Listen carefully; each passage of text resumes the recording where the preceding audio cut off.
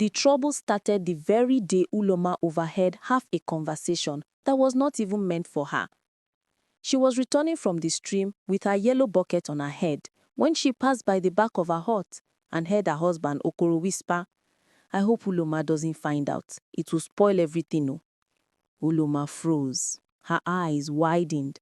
Her mouth opened like a pot without a lid. She dropped the bucket instantly. Bam! Water splashed everywhere, even on a lizard that ran away angrily. "What will spoil everything?" she whispered to herself. She tiptoed closer like a thief, but before she could hear more, Okolo ended the conversation and walked inside. Uloma panicked. Her heart was beating like village drum festival. So Okoro is hiding something from me? Something that will spoil everything? Over my dead body. Without thinking, she marched straight to Mama Ofiaku's store in the market, the headquarters of gossip. "Mama Ofiaku, my husband is planning evil." "What evil, my daughter?" Mama Ofiaku leaned forward, eyes wide. "I don't know, but he said if I find out, it will spoil everything." Mama Ofiaku gasped loudly, as if her spirit left her body. "My daughter, he wants to marry another wife." Uloma screamed, "Tufiakwa!" In less than 1 hour, the entire village of Umosu heard that Okoro had impregnated 5 women, was buying land in another village, and even planning to run away abroad, none of which was true. When Uloma returned home in anger, she entered her bedroom to inspect his evil plans. She lifted his pillow, only to find a hidden letter, carefully folded and sealed. Her heart shook. Chineke me. So Mama Ofiaku was right? She opened it slowly, and her eyes widened in shock. Uloma stared at the letter so long her eyes nearly dried. The handwriting was neat, unfamiliar, and the content made her chest tighten. It read, "Dear Okoro, I will arrive in Umosu in 3 days. Please keep everything secret until I come. I trust you." No signature, no explanation, just confusion. Uloma's mouth shook. Her mind raced. Who trusts him? Who is coming? Why secret? Her imagination scattered like dry leaves in harmattan. By afternoon, Uloma's troublesome brother Eke arrived. "Sister, I heard Okoro is hiding a whole human being inside this house. Is it true?" Uloma almost fainted. "Who told you?" "The village," Eke shouted proudly. Before she could answer, the entire compound suddenly became quiet. People turned toward the main road. A tall, handsome, well-dressed stranger walked in, pulling a big brown box behind him. He wore dark shades and carried himself like a man with purpose. The village women froze. The men whispered. Children followed him like stubborn goats. He stopped in front of Uloma's hut. "Good afternoon," he said calmly. "I am looking for Okoro." Uloma's heart dropped to her knees. Eke gasped. This must be the person from the letter. Mama Ofiaku, who appeared from nowhere like a ghost, whispered loudly, "Uloma, this man looks like someone who came to collect bride price, though." The stranger smiled politely. "My name is Ogbona. Is Okoro at home?" Uloma and Eke exchanged glances full of fear and confusion. Before she could answer, Ogbona leaned closer and said quietly, "Uloma, I actually came because of you. I need to speak to you, privately." Uloma's mouth opened. Eke choked. The villagers froze. And before Uloma could take a single breath, Ogbona opened his box and something inside moved. The moment the box shook, villagers scattered like rats. Even Mama Ofiako, who loved gossip more than life, jumped over a bench and ran. Only Uloma, Eke, and the stranger remained. Ogbona calmly bent down. "Don't worry, it won't harm you."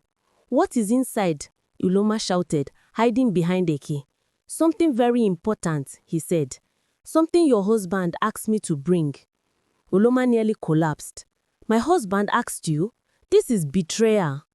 Ogbono sighed. "Please, let's talk privately."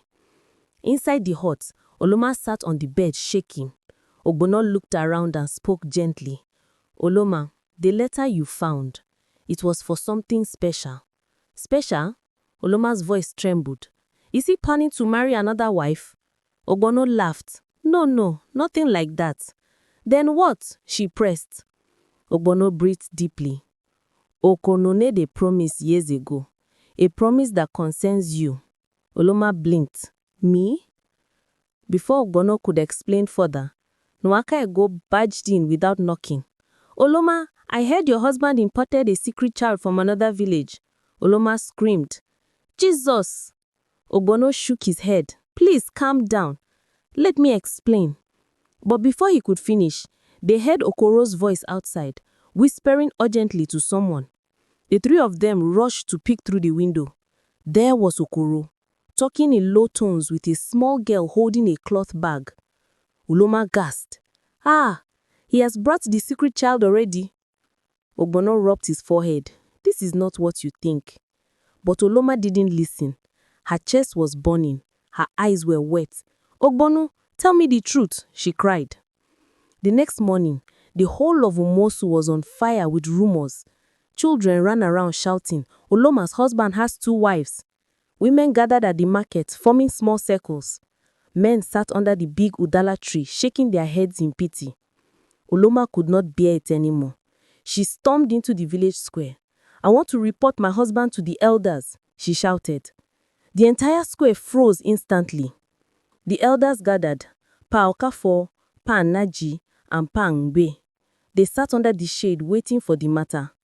Okoro stood on the other side, looking confused, holding the small girl's hand. The girl hid behind him shyly. Pa Naji cleared his throat. Explain your complaint. Elders, Uloma began dramatically. My husband has been planning secret things behind me. He brought a strange man to my house. He brought a secret child. He is hiding a moving box. He is... Wait! Okoro raised his hand. Uloma, stop embarrassing me. Embarrass who? She snapped. Confess. Ogbono stepped forward. Elders, please, allow me to speak. But before he could talk, Eke jumped in front of him. Elders, I saw the box with my 2 eyes. Something shook inside. It may be a charm. People screamed. Ogbono face palmed. Okoro stepped forward. Uloma, for the last time, calm down. But Uloma was already crying loudly. So the small girl is also not your secret daughter? The elders gasped. Okoro shouted, which daughter? Nwaka Ego raised a hand like a school pupil. But she looks like you, Okoro. Chaos erupted. Elders struggled to restore order. People shouted different things. Some claimed they saw the girl arrive by canoe. Then suddenly, Okoro was nowhere to be seen. The villagers screamed. Okoro has disappeared. The villagers scattered looking for Okoro. Uloma cried uncontrollably. Ah, I have killed my husband with stress.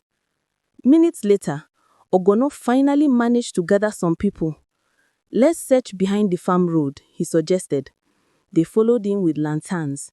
After a few minutes of walking, they heard a sneeze. Achoo! Everyone froze. Ogbono lifted his lantern. There was Okoro, sitting on a stone, hands on his head. Uloma ran to him. My husband, what happened? He sighed deeply. I needed peace. Just 5 minutes of peace. Ogbono stepped forward. Elders, let me finally explain. They all gathered. Ogbono opened the mysterious box. Inside was a brand new sewing machine, bright, shiny, beautiful. Uloma gasped. She has always wanted to start her own tailoring business, Okoro said softly. So I saved money and asked Ogbono, my childhood friend, to help me bring this gift secretly. The letter was to surprise her on her birthday. Uloma covered her mouth, ashamed. And the small girl, she asked quietly. Okoro smiled. Her mother is sick. She's my cousin's daughter. I was only helping her settle in. Uloma nearly melted on the ground from embarrassment. The elders shook their heads. Mama Osiaku said quietly, Chai, gossip has finished us. Ogbono closed the box. Uloma, your husband loves you, but your foolishness almost scattered your marriage. Everywhere was silent. Uloma knelt before Okoro, crying softly. I'm sorry, I acted without thinking. Okoro lifted her up. Just trust me next time. The crowd cheered. A person who acts without thinking creates problems that never existed. Always seek the truth before jumping to conclusions. Thanks for watching. Every story carries a lesson. Don't miss the next one. Subscribe and join our storytelling family.